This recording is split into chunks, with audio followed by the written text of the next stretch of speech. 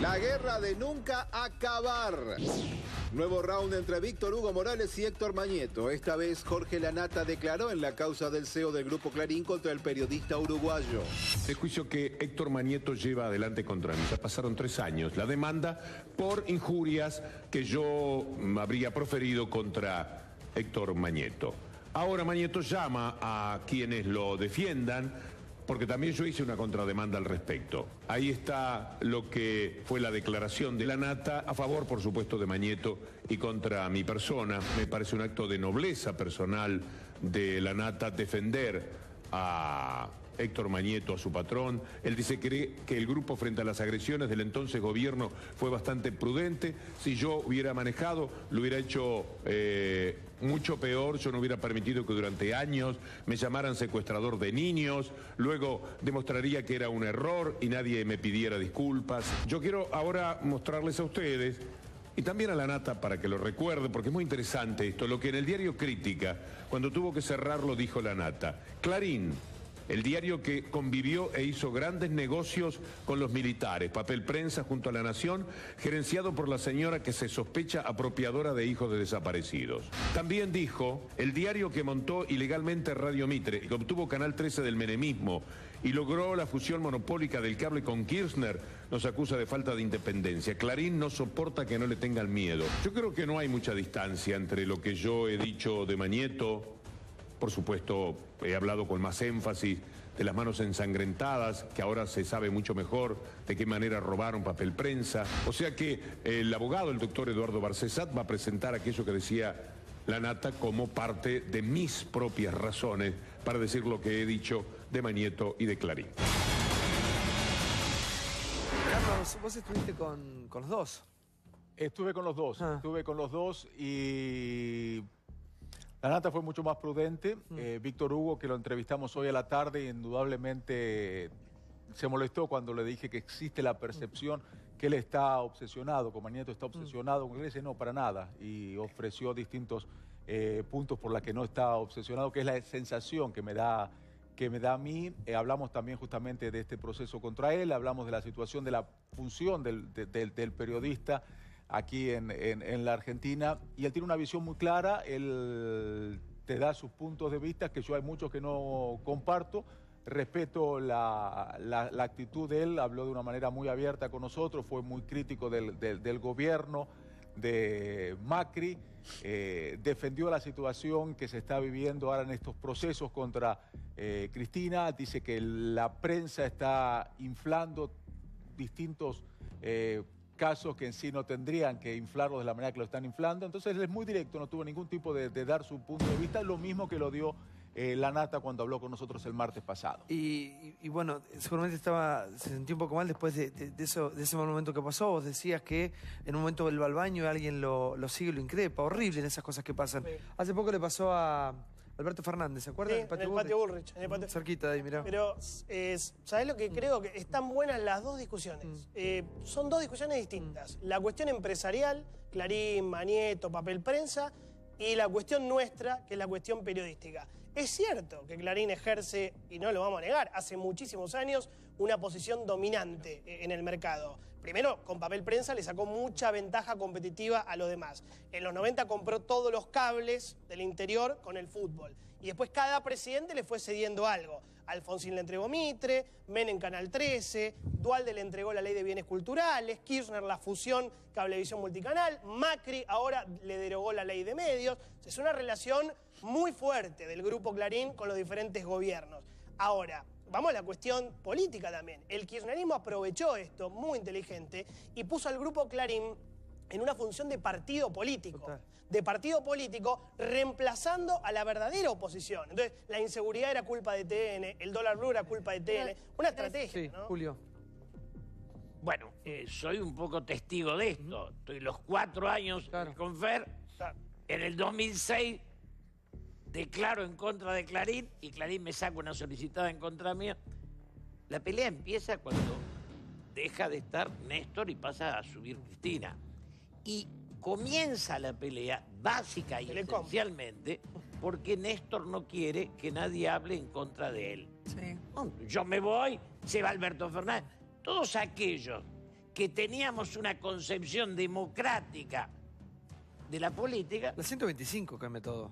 No, pero en el tema de Clarín. Era previo, en el previo. tema de Clarín. Fue Telecom, digo, Julio. es exactamente en el momento que se va Alberto, que me voy yo, que nos vamos todos los que no. Y entra la guerra.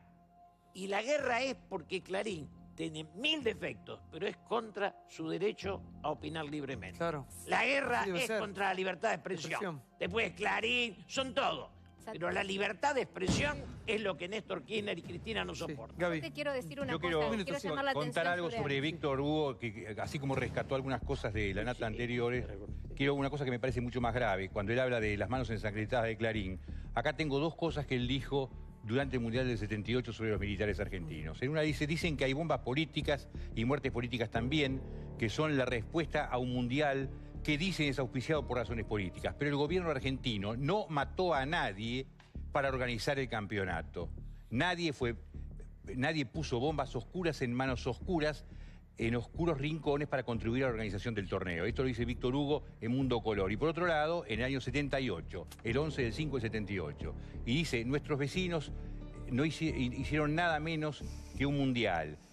Porque él es uruguayo, dice, argentinos somos los vecinos. Y en el futuro servirá como modelo de organización del esquema, la infraestructura y hasta el espíritu de los argentinos, como broche de oro a tan destacado proceso, bien respaldado desde arriba. Sus jugadores y Menotti pudieron trabajar como quisieron para ganar finalmente el campeonato. Nombres desconocidos hasta ahora, como la del general Antonio Merlo y el vicealmirante Alberto Lacoste, dos tipos genocidas, sustituyeron a los eternos mandamases de siempre. Gaby, bueno, pará porque, sí. Quiero decir, Igual, mundo, pero siento que no Mundial del salimos más. 78, No salimos más. No, te quiero decir que él no puede hablar. Yo puedo decir cualquier cosa de esta y no tengo ningún problema porque yo sé lo que hice y todo el mundo sabe lo que hizo. Lo que él hizo, porque también estuvo con los militares uruguayos, entonces que él se ponga a hablar de las manos manchadas de sangre, que se calle la boca porque no tiene derecho moral a decir nada. Lo que te quería decir que acá hay un momento que creo que tenemos que tomar con mucha atención todos. Esto de los juicios por calumnia e injurias, que gracias a Dios se despenalizó, nosotros impulsábamos un proyecto en el momento de la ley de medios, la presidenta, para ser simpática, finalmente decide que acompañan ese para proyecto. Ser simpática, ¿no? Porque tenía la convicción de despenalizar. No, por supuesto que no tiene la convicción. ¿Sabés por qué no la tiene? Mira, ahí me das el pie para esto. ¿Sabés por qué no la tiene? Porque ahora denuncia a Feynman justamente porque se siente difamada. No, a ver, pongamos las cosas en claro, porque con la hipocresía, viste, yo no me las banco más. Entonces, me parece que el momento que nosotros tenemos que señalar de esto es que no está bien tratar de penalizar o de cobrar determinada demanda por lo que dijiste. Yo entiendo el derecho al honor, pero defiendo mucho más la libertad de expresión. Y en la Argentina ya están pasando cosas difíciles desde antes, como por ejemplo en Formosa hay 2 periodistas que están condenados a pagar 2 millones de pesos porque permitieron un comentario de un oyente en la radio. Y ahora la presidenta también está denunciando a Feynman y también denuncia a Margarita Stolbizer porque no le gusta lo que se dice de ella. A la nata. Y a la nata. Y en este caso de Mañeto denunciando a Víctor Hugo, a mí sinceramente no me gusta. Yo prefiero bancarme la crítica y si no, mirá mi línea de Twitter, las cosas que te dicen, antes que tratar de cercenar lo que el otro pueda decir. Alfredo, sí. Porque esto viene de hace mucho, mucho tiempo. A ver, yo fui integrante de la Comisión de Libertad de Expresión junto con Silvana. Digamos, todo lo que había que decir en su momento está escrito. Hemos sido fervorosos defensores de la libertad de expresión. Me parece que si hay desvíos, bueno, estará la justicia para entender estas cuestiones. Y están también los organismos internacionales para juzgar aquellas conductas que se aparten de las normas preestablecidas en materia de libertad de expresión. Me parece que no hay mucho más. Yo, la verdad que, Santiago, creo que hay temas muy difíciles, muy dolorosos. Hoy el presidente dijo algo muy interesante respecto al empleo en la Argentina, y que pasó casi como desapercibido. Pero en realidad Argentina está frente a una situación de empleo grave. La gente mira la encuesta y dice 9.3% desocupados. No es verdad. Hay 9.3% de desocupados plenos.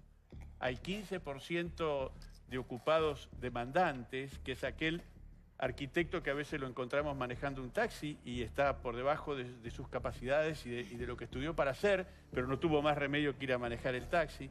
Hay 7% más de subocupados, aquel que trabaja menos de 35 horas, de los cuales la mitad ya renunció a buscar empleo. Dice, bueno, termino siendo subocupado definitivamente. Hay 35% de trabajadores no registrados. Es decir, la situación del empleo en la Argentina es grave. Y vuelvo a lo que dije en mi intervención anterior. Yo lo aprecio mucho al ministro de Trabajo, hemos trabajado juntos y creo que es una gran persona, pero esto es para todos.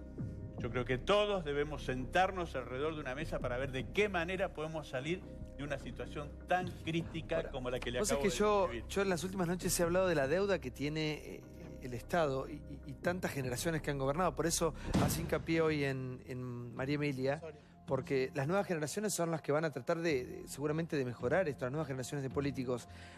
Hay generaciones de políticos que han fracasado, Julio, con todo respeto te lo digo. El fracaso nuestro fue muy duro porque fracasamos en los 70. Claro. Cuando llegamos a la democracia y se impone la violencia en mi generación. Y fracasamos luego, después del 83, cuando toda la generación, que es desde la Renovación Peronista a la Coordinadora Radical, todos terminamos como siendo en nuestra sociedad, el poder económico se impone al poder político y el poder político termina dependiendo de los grandes negocios y negociados.